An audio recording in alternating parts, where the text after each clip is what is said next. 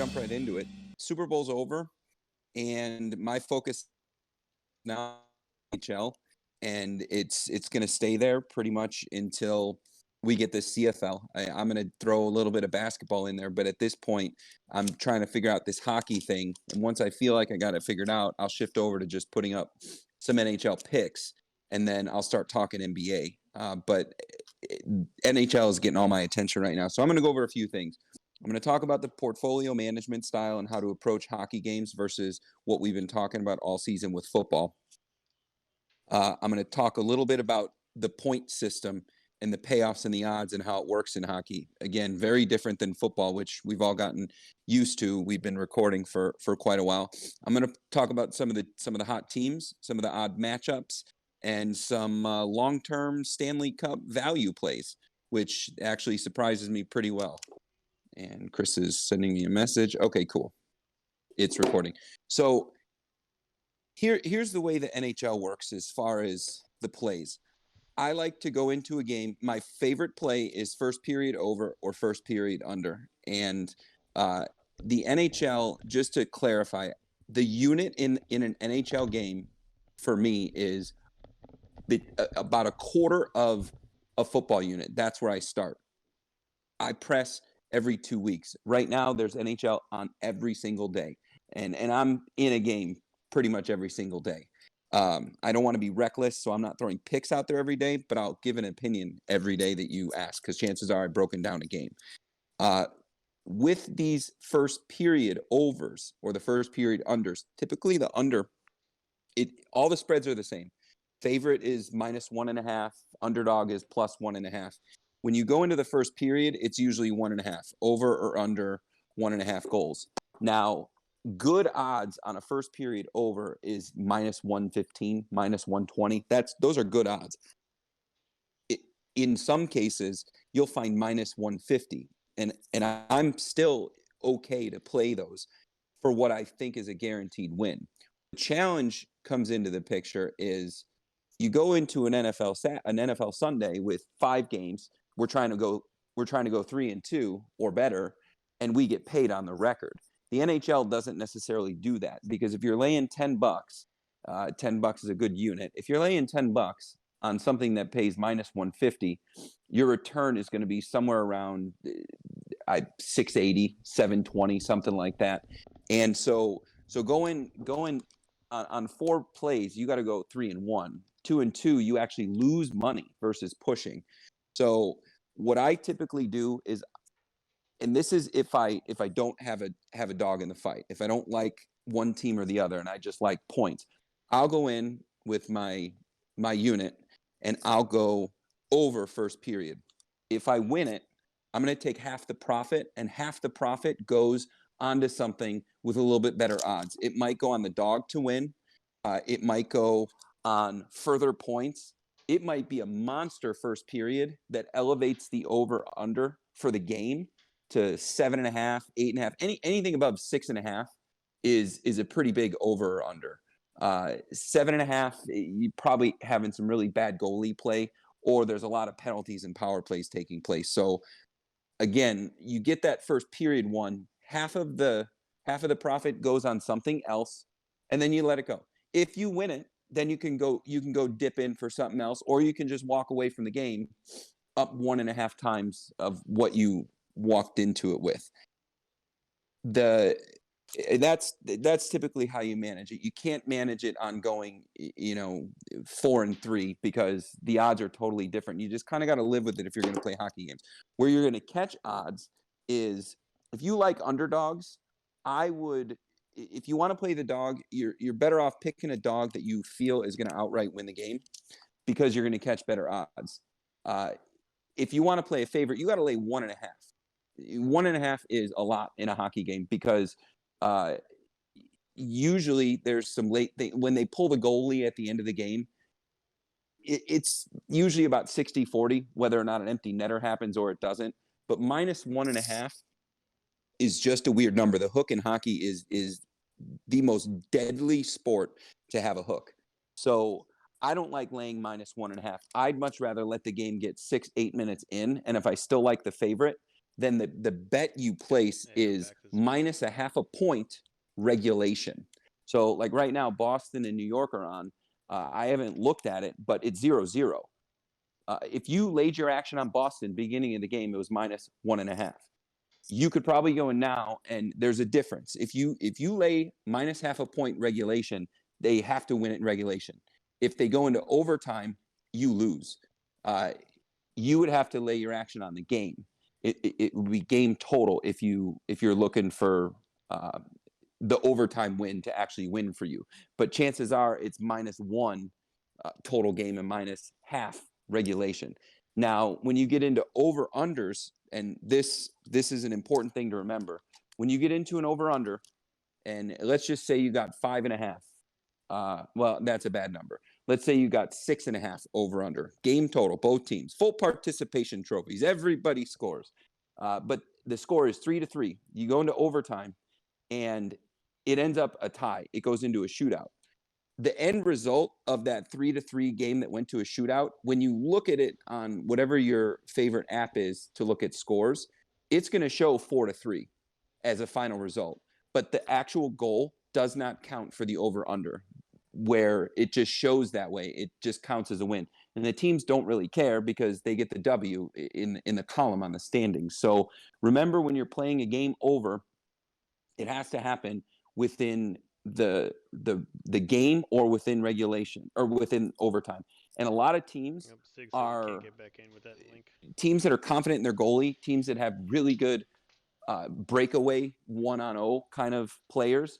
They're content to just kill the overtime and go into the shootout because the chances are a little bit better than they are in the 3-on-3 or 4-on-4 overtime situation. So it's important to look at that. I personally, if I'm playing money line, I like to wait for the game to start, and then I like to play the half a point regulation, especially if I'm playing the favorite and you're better off. But I wouldn't recommend playing underdogs in the NHL and taking points unless it's an in-game. So last night, one of my plays was plus 3.5.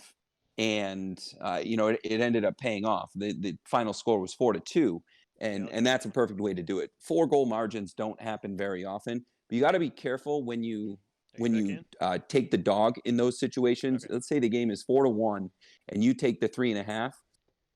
When they pull the goalie late in the game, that empty net goal is gonna burn you for the half a point. So, and you have to know the teams and who's going to pull a goalie and who's not going to. Last night I had Edmonton, and I got beat up last night. I'll just flat out tell you, I got beat up last night, and it caused me to go break down a whole bunch of stats.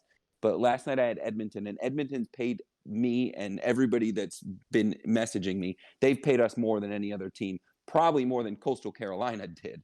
And this has only been in a 3-week period, but I had Edmonton over 3.5 because I was convinced Montreal was going to pull the goalie, and with 2 minutes to go, and they didn't. They didn't pull the goalie, and so there was no empty net opportunity, and I ended up stuck eating the 3.5, and that's almost a guarantee with most teams.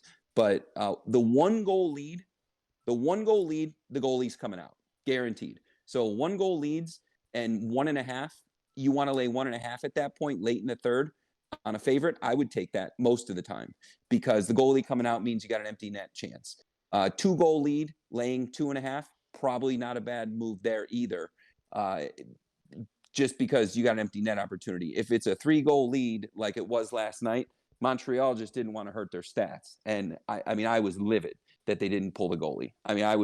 Things were flying around my house. I was using words that I would never use if I was in a decent frame of mind. Like the kind of language you just don't use at work. I'm telling you, I was pissed. But in any case, just stuff to look at with the NHL. It all pays a little bit different. I know I'm kind of talking around in circles, but there's not as much time for the game to develop and you to feel it out. I would never recommend playing an NHL game unless you're going to watch it, because the feel of the game can tell you exactly where you're going to go. Like right now, I'm watching this Boston New York game, and I really can't tell. They're roughing each other up real good, halfway decent goalie play. They're about in the same place with shots on goal. Nobody's committing penalties. I mean, they've each been in the box once, but nothing egregious. So I would just recommend watching the game. And if it stays 0-0, you may not find your entry point, and that's just kind of the way the NHL works. I will tell you, there's been a shift. So the last 4 games that the last 4 days worth of games, there's been 41 games played, and it's shifted away from that go-to over 3.5 or over 2.5 for the game, or over 5.5 for the game. We have seen, let's see, it's 73% under first period and under in the game. That's been the last 4 days. The prior 4 days, we were right around 68% over first period and over in the game. And I think what's happening now is these schedules are different. These schedules, they're not playing outside their division, and they're playing each team 12 times in a matter of 56 games. And they're doing a double header against each team. They're like right now, Pittsburgh and New York, that they played each other 2 nights ago, and they're playing each other again. And then tomorrow they'll both go on and play somebody else. It's very hard to beat a team twice in a row, especially 2 days in a row. These teams are getting to know each other. So teams that got lit up 5-1, they're coming back a little bit differently. And and in most cases, I don't have the stats in front of me, but I broke them down earlier. In most cases, when a team comes out and loses against the team, unless they totally get smoked, then it's a garbage team, and I'll get into some of the garbage teams. But when they lose and it's like 3-1 or 3-2, somewhat close, I would look at that dog. Let the game get started and see what you can get as far as value on the underdog in that game, because a lot of these games are splitting. A lot of these 2-game series end up being in a split. So when I'm looking at which games I'm playing, I'm looking at what did they do the last time they played each other, rather than, oh my God, it's Vegas, they're going to smoke them, Vegas is good, or oh my God, it's Tampa, they're going to smoke them, they're great. What did Tampa do the last game they played each other 2 nights ago? If it's the first game of the series, you go with the better team. If it's the second game of these 2-game series, you're probably better off looking at the underdog and letting the game get started, or just flat out taking the dog in the money line. And a lot of times these second games are less goals. So I'm just throwing that out there. I'll tell you right now, breaking down some of these teams, I'm looking at some of these mid-range teams that I think could beat any team in the NHL. And anytime they're a dog, I would give them a look. I'll tell you, Calgary, Edmonton, and Pittsburgh, record-wise, they're right in the middle. They can beat any team in the league. And Calgary has shown it in the last couple games. They just took out Montreal. Montreal is one of the hottest teams in hockey. And Edmonton they've been a cash register for us. Calgary is another one. They're really fun to watch, but they don't allow a lot of goals. They're not winning a ton of games, but they're getting to know their opponents, and they are starting to win. And the Canadian division is the hardest one to figure out, because those teams seem to play with the most passion. And I don't know if there's a COVID tie-in, or if Canada is winning or losing the COVID wars, but the Canadian division is a little harder to figure out. I'll tell you the top teams I'm looking at right now that I think are going to slump in the weeks to come. So again, dogs worth looking at. Montreal just got manhandled by Toronto, and Montreal is sitting at the top right now. Montreal, up until this Toronto 2-gamer, they were sitting right at the top. They looked really bad against Ottawa. Ottawa played them tough, and Ottawa is the worst team in hockey, allowing right around 3.9 goals a game, and in some games they're allowing 5 goals. So Montreal, I think, has a slump coming. Vegas just had a really hard-fought couple games with Anaheim. I think that was more of a matchup thing, and Vegas plays tomorrow, and that's probably a game where I would lay the 1.5 on Vegas. That one, you would think they're slumping because Anaheim's not that good, but that was a matchup thing. Anaheim is really big, and they put themselves in positions to where Vegas just wasn't making crisp passes. Those helmets they wore, they were very annoying to watch. But I wouldn't think that Vegas is slumping. And then I guess those are the only two. I would say there's about 4 teams that I'm looking at right now that I think are total disruptors, and I will not bet against them just because of the way that I've seen them play the game. I'm looking at Anaheim, Nashville, Dallas, and Vancouver. They are officially on my no bet against list. I'll bet for them. I will take them in games that I think are winnable, but do not bet against them. Dallas can fire off 4 goals in 3 minutes anytime they want to, and Anaheim, again, they have this very Anaheim will get beat by a speed team that can just stay clean, force them into mistakes. But what Anaheim just did against Vegas, they're a team that I'm not going to bet against because they made Vegas look like a high school hockey team. Nashville is a very defensive, physical team. Their goalie can stand on his head and stop 40 times whenever he needs to. They're kind of a low end, middle of the road team as far as record goes. Nashville's not a team you want to bet against. And then, like I said, Vancouver. Vancouver has a lot of speed, a lot of young speed. They're very good on the penalty kill. So, and that's typically a time when teams expect to score. But Anaheim, Nashville, Dallas, Vancouver, don't bet against them. I would say your only play there is to take them money line or mid game with some points and favorable odds if you like the matchup there. And then I'm going to get into a couple of what I see right now. All of the Stanley Cup futures are value. There is no Stanley Cup play that's not value. If you like Vegas, it's plus 750. And most of the time, the way that I play Super Bowl, Stanley Cup, I don't put a big chunk into it. What I'll do is if I win $10 on a game, I throw $2 on Vegas to win the Stanley Cup, and then the next time I win a bet, I throw another dollar on. Before I know it, I got 50 or 60 bets on Vegas, all for $1, but it's paying 750 to 1. But the 4 teams that I'm looking at right now for the future Stanley Cup champions, I'm looking at Florida. Florida right now pays plus 2,800. They got a head coach that's won more cups than any coach in hockey right now, and they're getting really good goalie play. They are one of the top 5 teams as far as scoring goals. They're sitting right at second, third place, like right on that fringe. So they're going to get good matchups once the playoffs roll around, and they're only going to get better. So I Florida for plus 2,800 is a good value play. I love Toronto. I think Toronto, hands down, is the best team in hockey right now. I don't see anybody that can skate with them. I was worried about the matchup against Montreal the other night, but Toronto can score with anybody. Austin Matthews is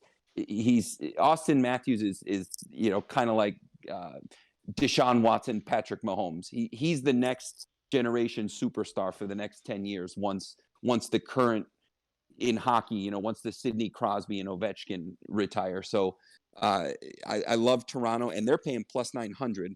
Calgary is plus 3,000. That's worth a couple dollars off the top of your profit every time you win one. And then Boston, believe it or not, and Boston is probably the most complete team right now. They don't really have it together on the blue line, and their goaltending is not as good as it's been in the past, but they score goals. And Boston is plus 1,100. I mean, there's just a lot of value there. And if you want to go all the way to the bottom, I don't know that there's any value down there. And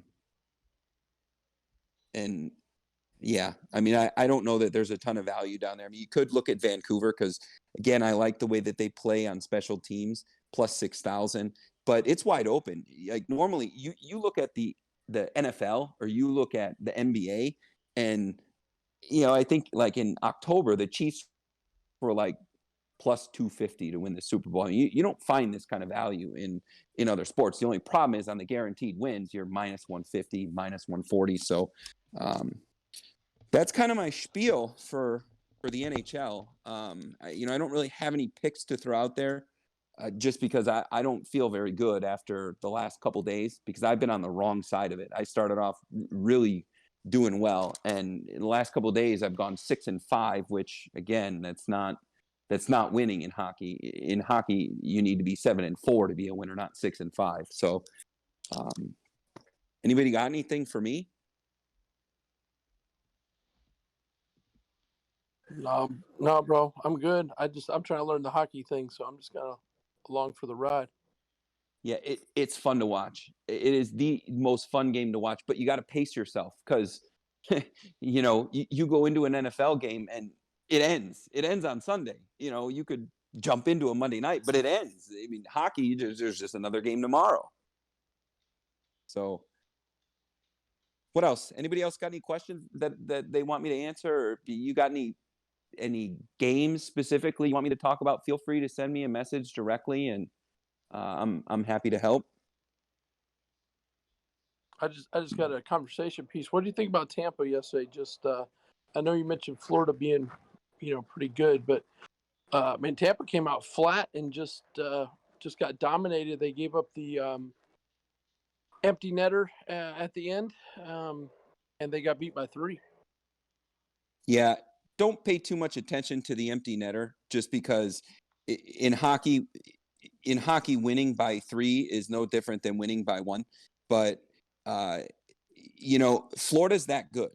Like Florida is absolutely that good. Tampa is a fantastic team, but Florida is 100% that good. So I think that being in the same division, those two teams are gonna fight it out all year long. And if they meet each other again in the playoffs, it's gonna be for a trip to the Cup. So I'm not down on Tampa by any stretch with that game. And that was the first of 2. So I think you're gonna find a different Tampa tomorrow. I don't know if Tampa wins, but I don't like the game to be a 5-2. I mean, tomorrow's game could go into overtime, but again, you're looking at Florida, and their coach is second most in league history as far as wins all time. He's won 3 cups, which is the most among active coaches, and the man should have never been in Florida. He was the former Chicago Blackhawks head coach, and he should have never been fired by that team. So I think that's a matchup to watch all year. It's not a safe place to put money, other than if they're playing second string goalies and you're looking at the over. So as a Tampa fan, I think you're in a good spot, but this is going to be a hard fought battle every time you guys play them. And I would say the same thing about when you guys play Nashville. But again, Nashville's on my don't bet against list. There's only a couple gimmies that Tampa has in that division. I mean, Detroit is a gimme. You bet against Detroit at every opportunity, and they're going to lose. They're Detroit, Ottawa, worst teams in hockey.